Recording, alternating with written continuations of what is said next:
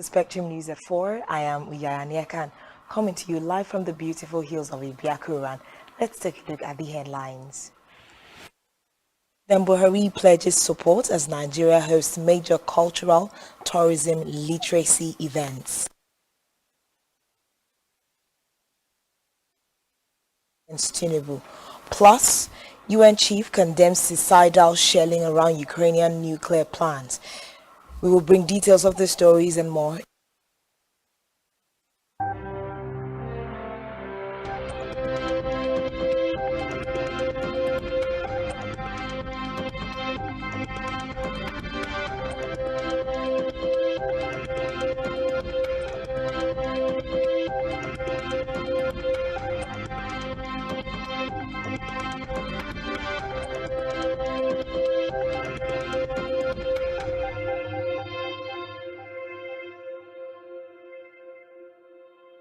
We'll begin our news this afternoon with a report that President Muhammadu Buhari has pledged full support for 3 major international events scheduled to hold in Nigeria in October and November. According to him, these events are opportunities to showcase the nation's rich heritage in culture, art, tourism and entertainment, as well as advancements in media freedom. Nigeria will be hosting the 2022 UNESCO Global Media Information Literacy MIL Week in Abuja in October, the first global conference on cultural tourism and creative industry in Lagos in October, and the second Global Association of Literary Festival Conference in Abeokuta in November. President Buhari's spokesman Femi Adesina, who stated this in Abuja, said the president welcomed decisions by organizers of the 3 separate historic events for Nigeria to host the fiestas. The president assured all stakeholders and participants of the warmth and hospitality of the people of Nigeria. Reports say on MIL Week, Buhari noted that it is instructive that Nigeria is attracting positive international attention as a country that promotes media freedom and freedom of expression. According to him, the country recognizes the important roles information, literacy and media education plays in sustainable development, adding that the organizers are UNESCO, the United Nations World Tourism Organization, and the Global Association of Literary Festivals. In another development, the federal government has projected that debt servicing will cost 10.43 trillion naira by 2025, according to the 2023 to 2035 medium-term expenditure framework and fiscal strategy paper. This is a 182.66% increase from the 3.69 trillion naira budgeted for debt service in 2022. Recall that the International Monetary Fund had earlier warned that debt servicing might go up 100% of the federal government's revenue by 2026 if the government failed to implement adequate measures to improve revenue generation. Speaking at the launch of the World Bank's Nigeria Development Update in Abuja, the finance minister admitted that Nigeria was struggling to service its debt and stressed the need for debt sustainability, noting that even though revenue is increasing, the expenditure has been increasing at a much higher rate, making it a very difficult situation. Meanwhile, the federal government, through the Budget Office of the Federation, has revealed that it will begin the implementation of its proposed excise duties on telecommunication services and beverages in 2023. The Budget Office of the Federation, which is under the Ministry of Finance, Budget and National Planning, revealed its plan in its 2023 to 2025 medium-term expenditure framework and fiscal strategy paper. According to the ministry, it was in a bid to boost its non-oil revenue streams.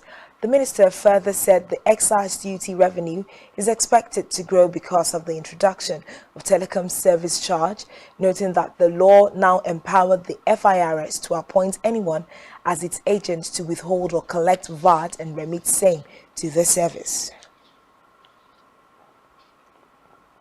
Apex Igbo socio-cultural group Ohaneze Ndigbo worldwide has faulted President Muhammadu Buhari for blaming community and religious leaders in Southeast for not speaking forcefully over insecurity in the region. Ohaneze also described as uncharitable and mischievous the attempts by the presidency to poison undiscerning minds by insinuating that non-indigenous and security officials are killed by the terrorists in the southeast.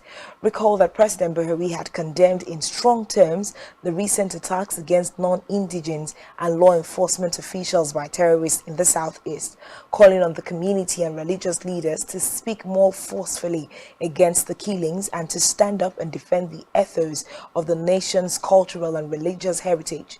His reaction came amid reports of the slaying of 6 Nigerian citizens and brutal killing of 4 policemen at their duty post in Oguta local government area of Imo State.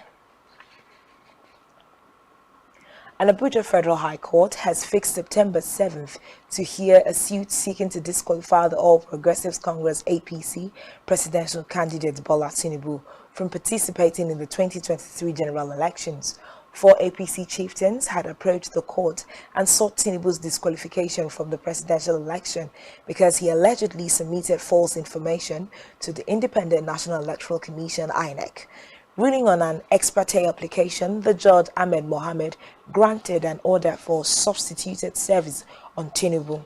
The plaintiff's counsel, Godi Uche, informed the court that substituted service has become necessary because all attempts to serve the presidential candidate proved abortive. The court ordered that court processes should be served on the National Secretariat of the APC and that such service shall be deemed as having been properly served on Tinubu. He adjourned the case to September 7th for a hearing.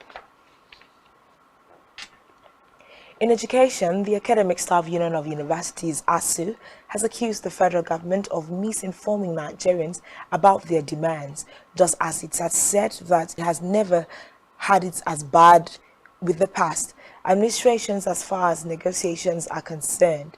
The ASU President, Professor Emmanuel Osadike, disclosed this while reacting to the Minister of State for Labor and Employment, Festus Kayemo's claim that it was unrealistic for the federal government to borrow money to end the 5-month-old strike. Osadike, in an interview with newsmen in Abuja, said the claim by Kayemo that ASU was demanding 1.1 trillion naira to end the industrial action is false.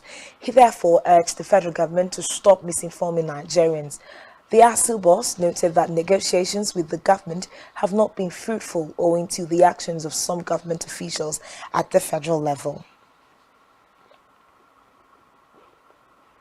On electoral matters, African Union Development Agency's new partnership for Africa Development, AUDA-NEPAD, has stressed the need for political party members and leaders to be calm in order to have a peaceful election and transition next year.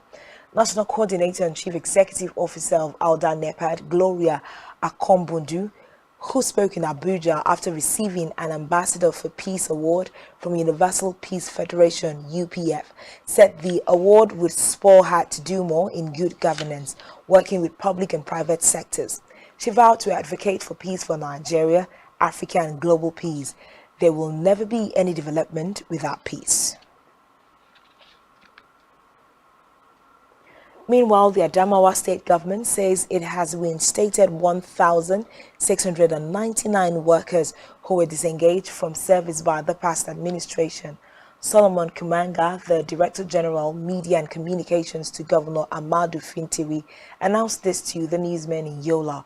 Reports say 1,000 health workers were also reinstated into the service, saying their earlier disengagement was due to the faulty process in their recruitment by previous administration. Away from that, the 14th Emir of Kano, Sanusi Lamido Sanusi, has lamented the current state of the nation, saying Nigeria will not be where it is if public office holders take their jobs seriously. The former Kano Emir, who charged politicians to be accountable to the people, recalled how he wrote a confidential letter to ex-President Goodluck Jonathan as the Central Bank of Nigeria (CBN) governor, voicing his strong concerns about the economy. He asked Nigerians to take charge of the country, adding that Africa's most populous nation will not move forward until actual steps are taken. On security, the military task force in charge of maintaining peace in Plateau State has said the fight against bandits in Plateau State is yielding positive results. Major Ishaku Takwa, the spokesman for Operation Safe Haven, while speaking in Jos after the troops of the task force killed 8 bandits in a clearance operation which they carried out in Wasai local government area. He assured that a situation where the bandits would chase locals and force them to vacate their communities would henceforth no longer be tolerated in any part of the state. Reports say the clearance operation against the bandits, which started last Saturday, would continue until bandits are completely defeated and sanity is restored. Back here, the Young Progressives Party YPP yesterday led its entire entourage in the Akwa Ubogabasi campaign movement to Oron, where it held a momentous thanksgiving to God for seeing the party through its ongoing efforts towards the 2023 elections in Akwa Ibom State. At the Thanksgiving service held at Methodist Church Nigeria Cathedral of the Cross, Diocese of Oron, YPP's principal and governorship candidate Obongbasi Albert, popularly known as Oba, reiterated promises to light up Oro Nation as a true economic hub, while bringing all-round development to Akwa Ibom people and decisively tackling the plight of civil servants in the state as well as pensioners.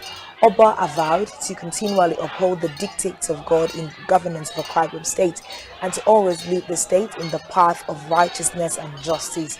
Also speaking during the event, retired AIG Asuko Amba Awana, who is YPP's chosen to deputize Senator Basi Albert, expressed profound gratitude that finally the plight and grievances of the Oro Nation will now be adequately addressed.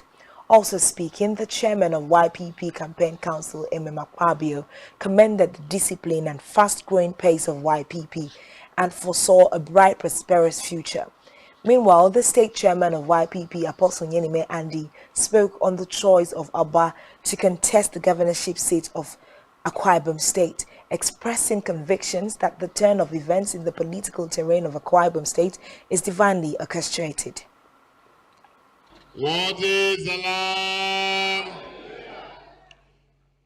Ukbono, my Lord the Bishop, our clergy here present, Ukbono, the church, the women, the youth, the elders of the church, brothers and my sisters in Akwa Ibom campaign movement, Ukbono, my brother, the chief, the incoming First Lady of Akwa Ibom State, by the grace of God, Ukbono, my big brother, by the special grace of God, the chosen by God alone. And here was the choose and his dear wife, my DG, the chairman of our strategic committee seated over there, our leader, the chairman of our campaign council, may God honor you, our most revered candidates, the senatorial candidates, the National Assembly candidates, and the House of Assembly candidates. So let me thank God and also thank my big brother for accepting to run on this ticket to National Assembly and to the Senate, and all members of Akwa Ibom Abasi. We will work together, mighty, and to also reposition this state for greatness, prosperity, and unity. Asked me to come and run with him. Go, sir, can I run with you? For 40 years, I've been in the wilderness. I think that was the last time Oron had a deputy governor. Can I still recover the years the locusts have eaten side by me so that we can recover the years the locusts have eaten? The next thing he said, Amber, on my honor, like you heard him say, Oro is an economic base of Akwa Ibom. Economic insecurity, all that will be gone. When I picked the lady as my running mate in Urefon, God said to me, that's where your deputy will come from. And as a party chairman, I kept it to myself. And when we had series of consultation, to God be the glory, today our deputy is coming from there. Let me say this. In Africa, Chad's military government has signed a deal with more than 40 opposition groups to launch national peace talks later this month, although the main rebel outfit refused to take part. Under the agreement, Mahamat Idris Deby's Transitional Military Council and hundreds of opposition representatives will launch a national peace dialogue in the capital, N'Djamena, on August 20th. Reports say the dialogue aims to agree the schedule and rules for a presidential election that Deby has promised by October. Meanwhile, 43 of the 47 groups who remained at the end of the mediation signed the accord to start national talks, and UN Secretary General Antonio Guterres and the African Union has urged the junta and opposition to seize the latest opportunity to stabilize the country, considered key to international efforts to stamp out Islamic extremists in the Sahel region. Still in Africa, Ivory Coast has marked the 62nd anniversary of its independence with a military parade in the administrative capital of Yamoussoukro. Officers held flags and sang as they marched down the John Paul II Square. During an address to the nation, President Ouattara pardoned his predecessor, Gbagbo, who was facing a 20-year jail sentence for the robbery of funds from the Abidjan Central Bank. Ivory Coast also called for the release of 49 Ivorian soldiers who have been held in Mali for almost a month without delay.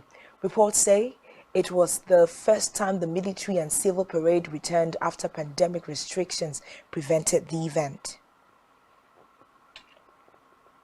On the foreign scene, the United States of America Senate has passed Democrats' $750 billion health care tax and climate bill in a significant victory for President Joe Biden and his party.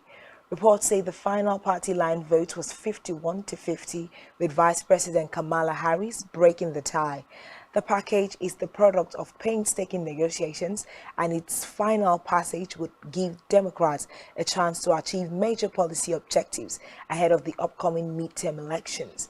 President Biden, who praised the Senate for passing the bill in a statement, thanked Democrats in the chamber, saying the legislation will ensure climate investments and health care provisions.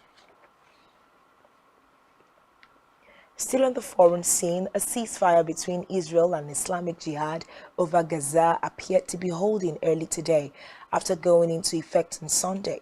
Announcing the truce in a statement, the Israeli Prime Minister's office thanked Egypt for its mediation efforts, but warned if it was violated, the State of Israel maintains the right to respond strongly. Reports say terms of the agreement were not immediately made public, adding that in the push for a truce, Cairo was working to see the release of an Islamic Jihad militants captured by Israel 6 days ago, as well as ensure a Palestinian prisoner on hunger strike in an Israeli jail would be transferred to a hospital for medical treatment. Meanwhile, previous ceasefire agreements have reportedly seen Israel making commitments to ease its closure of Gaza. Still on the foreign scene, United Nations Secretary General Antonio Guterres has described recent artillery and rocket fire around the Zaporizhia nuclear plant in central Ukraine as suicidal, further adding to the fears of an accident at the plant, which is the largest of its kind in Europe. Reports say the Zaporizhia plant occupies an extensive site on the river Dnipro and has continued operating at reduced capacity since Russian forces captured it early in March, with Ukrainian technicians remaining at work. Meanwhile, following the shelling, Ukraine's state energy company Energoatom has said one worker was injured around the plant. It was the second time that the plant was hit. Ukraine and Russia have traded blame for both attacks. Still to come in the news.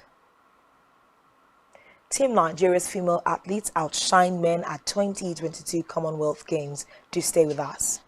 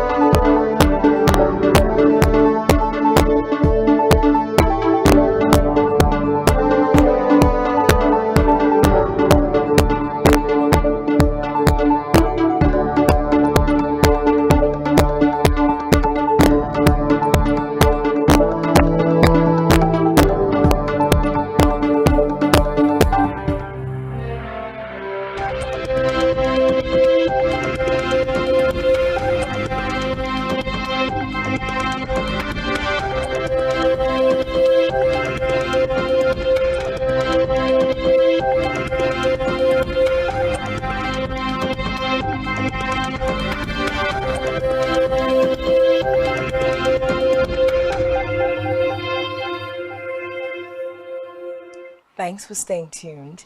On our business news, Nassau Microfinance Bank Limited, Nassau MFMB, has launched 3 new products as part of its on-balance sheet lending OBSL portfolio.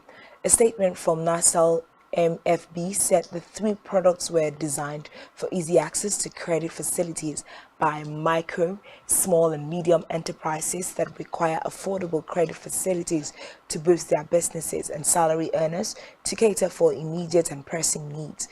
According to the statement, the loan sum accessible to micro businesses and SMEs engaged in trading activities with daily sales ranges from 50,000 naira to 250 million naira, subject to a satisfactory turnover that covers the expected facility amount, noting that the petty traders does not necessarily need to have account history with the NMFB or any other bank to access the facility. According to the bank, interest rate for the product is very competitive with a streamlined documentation process for access to any of the facilities from the bank. NMFB reiterated that these products are different from the government intervention products administered by the bank, adding that a loan product for the agriculture sector covering farmers and all businesses in the agricultural sector chain would be launched within the year. Still in business, the Central Bank of Nigeria, CBN, has said local production of cassava-based sorbitol would strengthen the naira. It noted that production of sorbitol would also help to reduce unemployment and over-reliance on the importation of the product, which is a natural sweetener extracted from glucose that drives agricultural revolution. Speaking on behalf of CBN during the inauguration of the first cassava-based sorbitol factory in Africa, Sultry International Company Limited, located at Ado Awaye in Okeogun area of Oyo State, the Director of Development and Finance Department, Yusuf Yila, represented by Edwin Nzelu, a Deputy Director in the department, said the project was part of the bank's developmental function, adding that Sultry was one of the beneficiaries of CBN Commodity Development Initiative, which he recalled was started in 2019 with 12 focal commodities, including cassava. The Chief Executive Officer of Sultry, Oluyemisi Iranolye, said the company would create jobs for 10,000 youths in the community, adding that it would also indirectly impact on 100,000 people within 200-kilometer radius to the factory, covering more than 50 communities. In health, experts have called on the federal government and other employers of labor to implement 6 months of maternity leave and make the workplace conducive for mothers to practice exclusive breastfeeding for their babies. The experts who made the call in a separate interviews with newsmen decried the low exclusive breastfeeding rate put at 29% in Nigeria, hence the need to increase support for mothers. The president of the Nigerian Society of Neonatal Medicine, Dr. Olukemi Tongo, said the theme for the 2022 Breastfeeding Week, Step Up for Breastfeeding, Educate and Support, was to encourage mothers to exclusively breastfeed their babies for the first 6 months of life for all the benefits accrued from breastfeeding. The baby's growth, good development, emotional development, immunity to fight infections. Tongo, who is also a consultant pediatrician, neonatologist at the University College Hospital Ibadan, said employers needed to know that they too would benefit from making the environment conducive for their workers to breastfeed. Still in health, the Nigerian Association of Resident Doctors has said the federal government is yet to reach out to it for a possible meeting over the 2-week ultimatum the union declared following the failure of the government to implement the new hazard allowance rate proposed in December of 2021. The association, however, expressed the hope that the government will do the needful to avert strike action. Recall that the National Salaries, Wages and Income Commission, in a circular dated December 21st, 2021, announced the approval of the new hazard allowance rate. The implementation of the new rate is, however, yet to begin. In sports, Team Nigeria's 12 gold medals at the 2022 Commonwealth Games were won by female athletes. The medal haul is the highest the country has ever amassed in the history of the Games. Recall that Adijat Adenike had set the tone for Nigeria by claiming the gold medal in the weightlifting 55 kg categories. Reports say Team Nigeria won 35 medals, including 12 golds, 9 silver and 14 bronze medals at the Games. Still in sports, Team Nigeria women's 4x100 meters quarterette of Toby Amusan, Favour Philly, Rosemary Chikuma and Grace Nwokocha have made history at the Alexander Stadium in Birmingham by becoming the country's first women's relay team to win a Commonwealth Games gold. The quarterette achieved this feat in record-breaking fashion, running 42 minutes 10 seconds to break the barely 1 month-old 42.22 seconds African record they set at the World Athletics Champions in Oregon. England had to settle for silver in the women's 4x100 relay as Nigeria charged to an impressive victory. On entertainment news, the Honeyman Museum and Gardens in Southeast London said that it would transfer a collection of 72 items to the Nigerian government.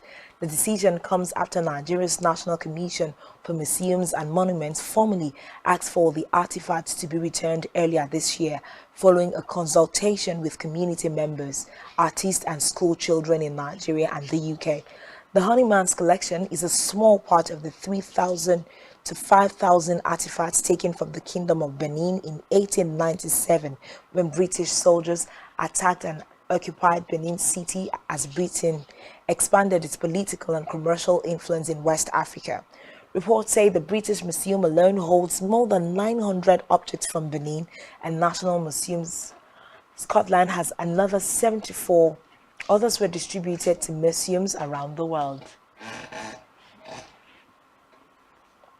And that's all we have for you at this time, doing short fellows on social media, all of which you can find on our website, spectrumtv.ng. You have been watching Spectrum News at 4. I am Uyaya, and thanks for watching, and to enjoy the rest of your evening.